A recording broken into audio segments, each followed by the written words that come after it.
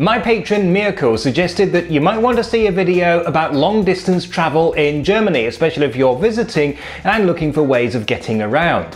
What are the options and what are the pros and cons of each? First, if you're up for it, you can simply hire a car. The great advantage of that, of course, is that you have absolute flexibility. You can go wherever you want, whenever you want. You can easily get to the most out-of-the-way places and you can change your plans at the last minute. But it's expensive.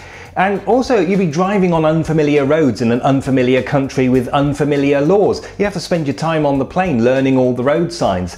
And also, driving generally isn't always very relaxing. Letting someone else do the driving is one way to cut down on the stress, and so rideshare is an option. Perhaps the most well-known rideshare service in Europe is BlaBlaCar, although others are available. The idea is that the service matches drivers going places with people wanting to go to those places. You, the passenger, pay a small fee and the driver gets to keep some of that to help with the fuel costs. It's cheap and it's also a great way to get to know people. And although it sounds like a recent startup in the internet age, Germans have been using this form of transport for many decades, so they are very used to the idea.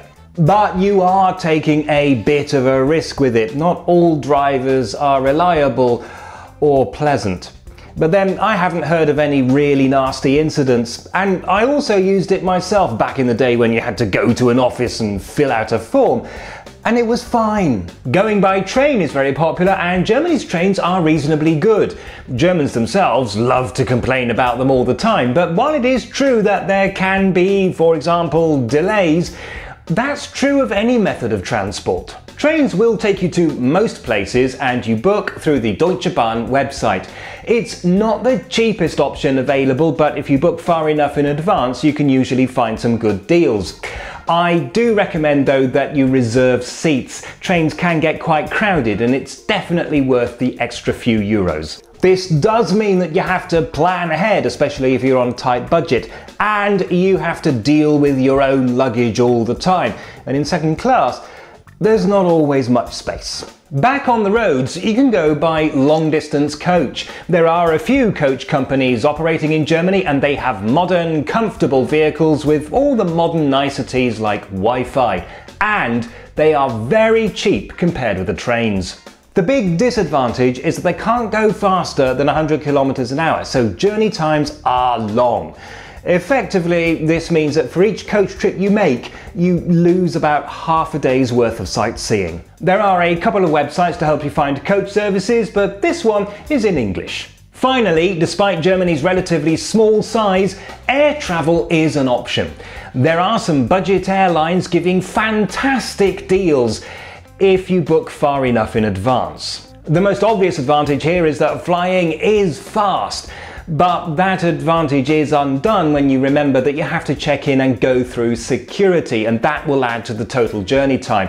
Also, airports tend to be a little way outside of the city that they serve. And some budget airlines have a nasty trick up their sleeve. The airport you're flying to might be a long way from the city that you're trying to get to. For example, Munich West is actually Memmingen, which is 100 kilometers from Munich. Düsseldorf-Weeze is 90 kilometers from Düsseldorf, and Frankfurt-Hahn is halfway to Cologne. So check exactly which airport the airline is flying to and look at that airport's website for information on how to get to and from there. Also remember that many budget airlines try to hit you with hidden fees, so make sure you know how to avoid them. So that's it. Wherever you're going in Germany, have fun and have a safe journey.